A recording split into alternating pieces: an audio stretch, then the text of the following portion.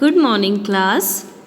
Today we will start the chapter number 8, Wind, Storms and Cyclone.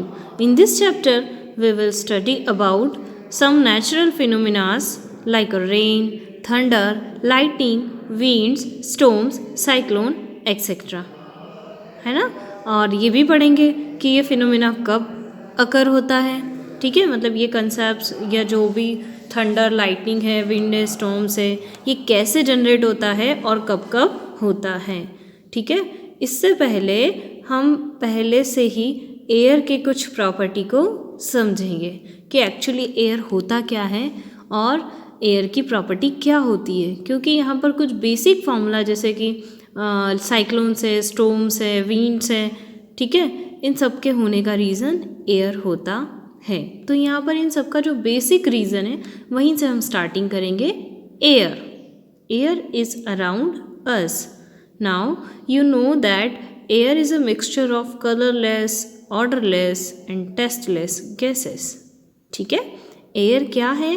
Gases का बना हुआ एक मिक्सचर है जिसका ना कोई टेस्ट होता है, ना कोई कलर होता है, ठीक है, और ना ही कोई ऑर्डर होता है, यानी कि ना इसकी कोई खुशबू आती है या ना कोई बदबू आती है, ना कोई कलर दिखाई देता है।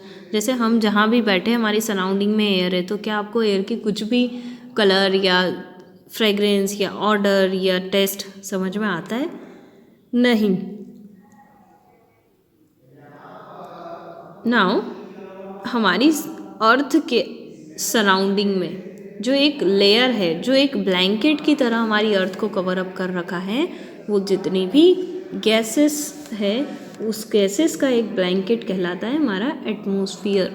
ठीक है, यानी कि हमारी अर्थ को चारों तरफ से जो एयर ने कवर अप कर रखा है, चारों तरफ से एयर का एक बोल सकते हैं ब्लैंकेट या एनवेलप इसलिए कह रही हूँ क्योंकि चारों तरफ से ही अर्थ को इन्होंने ये सारी गैसेस ने, यानी कि हम कहेंगे एयर ने कवर कर रखा है, इसलिए इसी को हम कहते हैं एटमॉस्फेयर। ठीक है, now air exert pressure on the earth. Air क्या करती है? अर्थ पर प्रेशर क्रिएट करती है और वेट जो होता है एयर का वो पर यूनिट एरिया पर वर्क करता है। यानी कि हम ये कहेंगे कि जितना भी एयर के थ्रू अर्थ पर प्रेशर लगाया जाता है वो अर्थ पर ही पर यूनिट एरिया पर लगने वाला एयर का वेट कहलाता है। And the pressure exert by air present in the atmosphere. ठीक है, और एटमॉस्फेयर की प्रेजेंस में लगने वाला जो प्रेशर है वो एटमॉस्फेरिक प्रेशर कहलाता है। यानी एटमॉस्फेयर की गैसेस है जो अर्थ के आसपास फैली हुई है, जितनी भी एयर है अर्थ के आसपास फैली हुई है उसे हम एटमॉस्फेयर बोल रहे हैं, और उस पूरी एयर के कारण या पूरे एटमॉस्फेयर के कारण जो अर्थ पर प्रेशर लगाया जा रहा है उसे हम कहते हैं एटमॉस्फेरिक प्रेशर। ठीक है, अब यहाँ पर दो इम्पॉर्टेंट प्रॉपर्टी पढ़ेंगे हम। पहली प्रॉपर्टी कि एयर एक्सर्ट प्रेशर, यानी कि एयर किसी भी बॉडी पर प्रेशर अप्लाई करती है। इसे समझने के लिए आप जब खुली हवा में खड़े रहते हैं तो आपकी बॉडी से एयर टकराती है और एक पुश आपको देती है, जिससे आप कह सकते हैं कि एयर आपकी बॉडी पर भी प्रेशर एक्सर्ट करती है। इसका सेकंड कॉमन एग्जांपल है जब बैलून के अंदर एयर फिल की जाती है तो बैलून के अंदर की स्किन में एक प्रेशर लगता है जिसके कारण वो फूलता जाता है। ठीक है, तो ये भी एक एग्जांपल है। और तीसरा है जब आप कोई व्हीकल चलाते हैं और जैसे जैसे आप स्पीड बढ़ाते जाओगे, जितनी तेज़ हवा आपसे टकराती है उतना तेज़ प्रेशर लगाती है। ठीक है, तो इससे एक प्रॉपर्टी हमें समझ में आई कि एयर प्रेशर एक्सर्ट करती है। और सेकंड प्रॉपर्टी, एयर एक्सपांड होती है जब आप इसे हीट करते हैं और कॉन्ट्रैक्ट होती है जब हम इसे कूल रखते हैं। ठीक है, यानी जब हम गर्म करेंगे तो ये फैल जाएगी, हीट इसे मिल जाएगी तो ये फैल जाएगी, और जब इसे ठंडा एटमॉस्फेयर मिल जाता है, कूल टेम्परेचर मिल जाता है तो ये वापस कॉन्ट्रैक्ट हो जाती है। ठीक है, नाउ फर्स्ट प्रॉपर्टी को अब रीड करते हैं, एयर एक्सर्ट प्रेशर। तो ये चीज़ मैंने आपको पहले ही समझा दी है कि अलग अलग वेज और अलग अलग सिचुएशन में ये प्रेशर को एक्सर्ट करती है। जैसे कि कुछ एग्जांपल हैं, बाइसिकल राइड करना आपके लिए बहुत आसान होता है जब आप विंड की डायरेक्शन में हो, ठीक है, क्योंकि एयर का प्रेशर यानी एयर जिस डायरेक्शन में ब्लो कर रही है और आपकी बाइसिकल की डायरेक्शन दोनों सेम रही तो आपको ज़्यादा डिफ़िकल्टी नहीं होगी, क्योंकि आप उसी डायरेक्शन में जा रहे हो जिस डायरेक्शन में एयर मूव कर रही है। और ऐसा करने से क्या हो रहा है, आपको पीछे से एक बैक सपोर्ट मिल रहा है, आपकी बॉडी और आपकी बाइसिकल को एयर के थ्रू एक पुश मिल रहा है जो उस डायरेक्शन में ईजीली मूव करने के लिए एबल है। ऐसा करने से आपको ज़्यादा फोर्स लगाने की ज़रूरत नहीं पड़ती। लेकिन अगर आप विंड की डायरेक्शन के अपोजिट जाते हैं, जिस डायरेक्शन में एयर ब्लो करती है उसके अपोजिट जाते हैं, तो एयर का प्रेशर जो है वो आपकी बॉडी पर और बाइसिकल पर दोनों पर लग रहा है और इस कारण आपको उसका अपोज करने में ज़्यादा फोर्स अप्लाइड करना पड़ेगा, ठीक है। और यहाँ पर जो विंड वर्ड यूज़ करा है इसका मतलब मूविंग एयर, जो एयर मूव करती है उसे हम विंड कहते हैं। नॉर्मली एयर अगर स्टे है या रुकी हुई है तो उसे हम कहेंगे एयर, ठीक है। बट अगर वही एयर मूव करना शुरू कर दे तो उसे हम कहेंगे विंड, ठीक। तो अगर सेम डायरेक्शन में होगा बाइसिकल तो बहुत फास्ट भी चलेगी और इजीली चलेगी, और अपोजिट डायरेक्शन में होगा तो विंड का प्रेशर और हमारे द्वारा लगने वाला फोर्स है दोनों अपोजिट है। इसके कारण हमें प्रेशर ज़्यादा लगाना पड़ेगा, क्योंकि विंड प्रेशर लगाकर हमें रोकने की कोशिश करेगी, ठीक है, हमारे जस्ट अपोजिट होगी। तो सेकंड एग्जांपल है to row the sail boat in the direction of wind, यानी कि अगर आप सेल बोट चला रहे हो जिसको हम बोलते हैं नाव, ठीक है, पानी के अंदर, तो अगर वो विंड की डायरेक्शन में है तो सेल बोट ईजीली मूव करेगी, लेकिन अपोजिट डायरेक्शन में है तो उस पर भी एक्स्ट्रा फोर्स लगाना पड़ेगा, क्योंकि बहुत डिफ़िकल्टी होगी अगर डायरेक्शन अपोजिट हुई तो, ठीक है। तो ये सारे एग्जांपल से हमें ये समझ में आया कि एयर का कहीं ना कहीं फोर्स एक्सर्ट करना होता है और ऑब्जेक्ट पर, जिसके कारण एक अलग ही जो ऑब्जेक्ट के द्वारा लगने वाला फोर्स है उसकी वैल्यू भी कम ज़्यादा हो जाती है, क्योंकि अगर डायरेक्शन में रहे तो ऑब्जेक्ट के द्वारा फोर्स कम लगाना पड़ेगा, लेकिन अगर विंड के अपोजिट डायरेक्शन में रहे तो विंड इतना फोर्स लगाएगी कि हमारे द्वारा लगाया गया या ऑब्जेक्ट के द्वारा लगाया गया फोर्स कम पड़ जाएगा, तो यहाँ पर हमें ज़्यादा फोर्स लगाना पड़ेगा, ठीक है। अब एक एक्टिविटी है कि एयर एक्सर्ट कैसे करती है प्रेशर को, ठीक है, यानी कि प्रेशर कैसे एक्सर्ट करती है ये चेक करना है हमें। तो एक टीन कैन लेना है कैप के साथ, एक ट्राइपॉड स्टैंड लेना है, एक बुनसन बर्नर लेना है, एक कोल्ड वाटर लेना है और एक वाइट गैस लेना है, ठीक है। नाउ जो मग है उसको पानी से पूरी तरह से भरना है, ठीक है, मतलब एक मग को पानी से भर के उतना पानी टीन कैन में डालना है, यानी एक मग पानी आप टीन कैन के अंदर डाल देंगे, ठीक है। अब वाटर को हीट करेंगे, वो जो पानी आपने भरा है ना टीन कैन में उसे आपको बुनसन बर्नर पर रखकर हीट करना है, ठीक है। वाटर बॉईल होना शुरू कर देगा, धीरे धीरे उस टेम्परेचर तक ले जाना है जहाँ पर वाटर बॉईल करना शुरू कर दें, ठीक है, और उसमें से स्टीम निकलना शुरू हो जाए, ठीक। नाउ हीट करना बंद कर दो और इमीडिएटली उसके ऊपर कैप लगा दो, ठीक है। नाउ जब आप उस कैप को हटा मतलब वो कैन को वहाँ से ट्राइपॉड स्टैंड से हटा दो और फिर उसे सिंक कर दो, किसमें, एक थिंक टॉवल के अंदर, मतलब एक मोटा सा टॉवल लेना है और उसके आसपास लपेट देना है, ठीक है, और उसके ऊपर फिर कोल्ड वाटर डालना है, नल के नीचे रख देना है। नाउ आपने क्या ऑब्जर्व किया, टीन कैन जो होगी वो क्रिस्ड हो जाएगी, ऑटोमेटिकली उसका शेप बिगड़ जाएगा, क्योंकि लार्ज एक फोर्स लगेगा आउटसाइड से उसके ऊपर, और देखो कुछ इस तरह हो जाएगा। जब वाटर बॉईल हो रहा था, ठीक है, ये टीन कैन थी, हमने ट्राइपॉड स्टैंड पर रखकर बर्नर की हेल्प से वाटर को इतना हीट किया कि उसमें से स्टीम निकलना शुरू हो गई, ठीक है, और स्टीम लगते ही हमने इसका कैप को बंद कर दिया।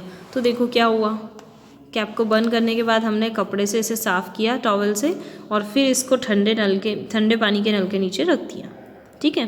तो ये ऑटोमेटिक इसका शेप बिगड़ गया, ठीक है, ये क्रश हो गई, मतलब इसका पूरा स्ट्रक्चर डिस्टर्ब हो गया। कैसे हुआ ऐसा? तो देखो, जब वाटर बॉईल हो रहा था तो अंदर स्टीम बनी थी, ठीक है, और स्टीम जो था उसने एक प्रेशर लगाया, आपको पता है ना, भाप या स्टीम का एक प्रेशर लगता है, ठीक है। तो बाहर की तरफ जो एयर का प्रेशर था, एयर भी सराउंडिंग में जो एयर थी उसका जो प्रेशर था, ठीक, और अंदर की तरफ जो स्टीम का प्रेशर था वो सेम था। इसी कारण ये क्रश नहीं हुई थी जब वाटर बॉईल कर रहा था, मतलब बाहर से ही तो एयर अंदर आ रही थी और उस एयर के अंदर ये वाटर ड्रॉप मिलकर स्टीम बन रही थी, यानी बाहर का प्रेशर और अंदर का प्रेशर बराबर था। लेकिन जब वाटर बॉईल हो गया और स्टीम बनना शुरू हो गई, ठीक है, तो क्या होने लगा, स्टीम ने जितनी भी एयर थी अंदर की तरफ उसको पुश करना शुरू कर दिया, क्योंकि स्टीम बनने के बाद स्टीम कहाँ जाती है, बाहर की तरफ, भाप कहाँ जाएगी, बाहर की तरफ। तो अंदर की सारी एयर को कहाँ पुश करना शुरू कर दिया था, बाहर की तरफ, ठीक है, अंदर से बाहर की तरफ स्टीम निकलना शुरू हो गई, मतलब अंदर की सारी एयर बाहर जाना शुरू हो गई। लेकिन जैसे ही आपने कैप लगा दी तो अब जो स्टीम थी, ठीक है, वो अंदर ही रह गई वाटर के, ठीक, और अब धीरे धीरे वो स्टीम का जो प्रेशर था, आपने जैसे उसको हटा दिया ना बर्नर से, तो उसका स्टीम का जो प्रेशर था वो धीरे धीरे कम होने लगा। अब स्टीम का प्रेशर तो कम हो गया, लेकिन क्या अंदर एयर बची, और एयर हमने आना बंद करवा दी, यानी कि अब अंदर एयर नहीं बची, वैक्यूम बन गया, ठीक है, तो अंदर कोई एयर प्रेशर नहीं रहा, ठीक है, और जबकि बाहर प्रेशर ज़्यादा रहा, तो दोनों के प्रेशर में डिफरेंस आ गया, बाहर का प्रेशर तो ज़्यादा रहा और अंदर प्रेशर ही नहीं बचा, तो दोनों के बीच में डिफरेंस आ गया, बाहर ज़्यादा अंदर कम, ठीक है। तो ऑटोमेटिकली बाहर से एक ऐसा, ये एरोस दिख रहा है ना, ये बाहर से एक ऐसा प्रेशर इस पर लगा जिसके कारण इसका शेप बिगड़ गया, क्योंकि बाहर की एयर कहाँ जाने की कोशिश करती है, अंदर की तरफ, ठीक है। तो एयर प्रेशर के कारण देखो एटमॉस्फेरिक प्रेशर इसके अंदर इतना हो गया कि इसने इसका जो शेप है वो बिगाड़ दिया, ठीक है। तो इससे हमें क्या समझ में आया कि एयर प्रेशर एक्सर्ट करती है, लेकिन हमेशा हायर लेवल से लोअर लेवल की तरफ, यानी कि एयर का जो फ्लो है, विंड का जो फ्लो है वो हमेशा हायर, जैसे बाहर ज़्यादा था अंदर कम था, तो ऑटोमेटिक इतना प्रेशर बन गया कि इसका शेप डिस्ट्रक्ट हो गया, ठीक है। तो जो विंड का फ्लो है या एयर का फ्लो है वो हमेशा हायर लेवल से लोअर लेवल की तरफ होता है। इवन विंड ही नहीं, जितनी भी एनर्जीज है, ठीक है, वो हमेशा हायर से लोअर की तरफ फ्लो करती हैं। Now air expand on heating and contract on cooling, ठीक है, ये सेकेंड प्रॉपर्टी थी। तो हम जानते हैं कि जब जब हम एयर को हीट करेंगे इसका वॉल्यूम बढ़ेगा। ऐसा क्यों? क्योंकि एयर के जो मॉलिक्यूल्स हैं वो हीट गेन करके उनमें काइनेटिक एनर्जी आ जाती है और हीट एनर्जी गेन करके वो दूर दूर भागने लगते हैं, इसके कारण वो एक्सपांड हो जाती हैं। जबकि एयर को जब कूल करते हैं तो उसका वॉल्यूम कम हो जाता है, क्योंकि एयर के जो मॉलिक्यूल है वो कूल करने से पास पास आ जाते हैं, दूर दूर ना भागने की जगह क्लोज आने लग जाते हैं, तो इसके कारण वो मतलब हम ये कहेंगे कि वो कॉन्ट्रैक्ट हो जाती हैं, ठीक है। अब एक्टिविटी सेकंड देखेंगे। सेकंड एक्टिविटी में एक्टिविटी सेकंड ये शो करेगी कि एयर कैसे एक्सपांड होती है कूलिंग पर और हीटिंग पर, और कूलिंग पर कैसे कॉन्ट्रैक्ट होती है। उसके लिए आपको एक बॉइलिंग ट्यूब लेना है ग्लास की, और उस पर एक रबर या जो सिंपल हम कहेंगे एक बैलून लेना है, बैलून को स्ट्रेच करना है और उसके नेक पर लगाना है, ठीक है, जैसा कि आपको यहाँ शो हो रहा है। ये एक एक ट्यूब ले ली है हमने, बॉइलिंग ट्यूब ली है और उसके नेक पर हमने रबर बैंड लगा दिया है, ठीक है, तो उस तरीके से फिट कर दिया है। नाउ कुछ गर्म पानी हमें लेना है, बॉइलिंग ट्यूब को उस गर्म पानी के अंदर रखना है। सेकेंड टाइम पे देखो यहाँ पर बॉइल वाटर ले लिया है और इस बीकर के अंदर हमने इस ट्यूब को अंदर रख दिया है, ठीक है। नाउ बैलून तो फिक्स्ड है इसकी नेक पर, ठीक है, और कुछ टाइम के लिए इसको हॉट वाटर में रखना है। अब take some ice cold water, मतलब बिल्कुल चिल्ड वाटर आपको लेना है, ठीक है, दूसरे बीकर में, और उस ट्यूब को, उस ट्यूब जो थी उसको आपको सेकेंड टाइम इसमें रख देना है, एकदम चिल्ड वाटर में। देखो पहले आपने सिंपल ट्यूब ले ली, उसके नेक पर आपने बैलून को लगाया, देन सेकेंड टाइम आपने उसे हॉट वाटर में रखा, देन कुछ टाइम के बाद उसे आपने कोल्ड वाटर में रख दिया। ठीक है, अब ऑब्जर्वेशन क्या मिला आपको कि जब आप इस बॉइलिंग ट्यूब को, जिसमें बैलून ऑलरेडी फिक्स्ड है इसके नेक पर, हॉट वाटर के अंदर रखते हैं तो वो इन्फ्लेट्स हो जाता है, मतलब फूल जाता है। ठीक है, आया समझ में? क्यों? क्योंकि इस हॉट वाटर से इस ट्यूब के अंदर जो एयर थी, आपने इसे बंद तो कर दिया पर इसके अंदर कुछ एयर थी, उस एयर ने इस आसपास के हॉट वाटर से हीट को गेन किया, और एयर ने जैसे ही हीट को गेन किया उसका वॉल्यूम बढ़ गया, उसके पार्टिकल दूर दूर फैलने लगे। दूर दूर फैलने लगे तो जो पहले खाली ट्यूब के अंदर थी इतनी सी क्वांटिटी एयर की अब फैलकर इतनी बढ़ गई कि उसने इस बैलून को इन्फ्लेट कर दिया, यानी कि वो एयर बैलून के अंदर आने लगी। ठीक है, सेकेंड टाइम में इसका अपोजिट होने लगा। जैसे ही आपने इसे कोल्ड वाटर में रखा तो जो एयर फैली हुई थी, जिसका वॉल्यूम बढ़ गया था हीट के कारण, वो अब ठंडे पानी में क्या होगा, जितनी हीट इसके अंदर थी, जिसके एयर के पार्टिकल ने हीट्स ली थी, वो सारी हीट वापस इस ठंडे पानी में चली गई। ठीक है, और पानी ठंडा था तो ये भी पूरी ट्यूब ठंडी हो गई, यानी सारी हीट किसने गेन कर ली, इस कोल्ड वाटर ने। और कोल्ड वाटर ने हीट गेन कर ली तो अब ये जो ग्लास ट्यूब था इसके अंदर जो एयर थी वो एयर के मॉलिक्यूल पास पास आ गए, तो उसका वॉल्यूम कम हो गया। कम हो गया तो जितनी एयर बैलून में थी वो वापस इस तरफ आ गई। ठीक है, तो बैलून फिर से फ्लैट हो गया। ठीक है, तो ये कंडीशन या ये एक्टिविटी हमको ये शो करती है कि जब एयर हीट गेन करती है तो वो एक्सपांड होती है, और जब वो कूल करते हैं उसे हम तो वो कॉन्ट्रैक्ट हो जाती है, उसके मॉलिक्यूल पास पास आ जाते हैं।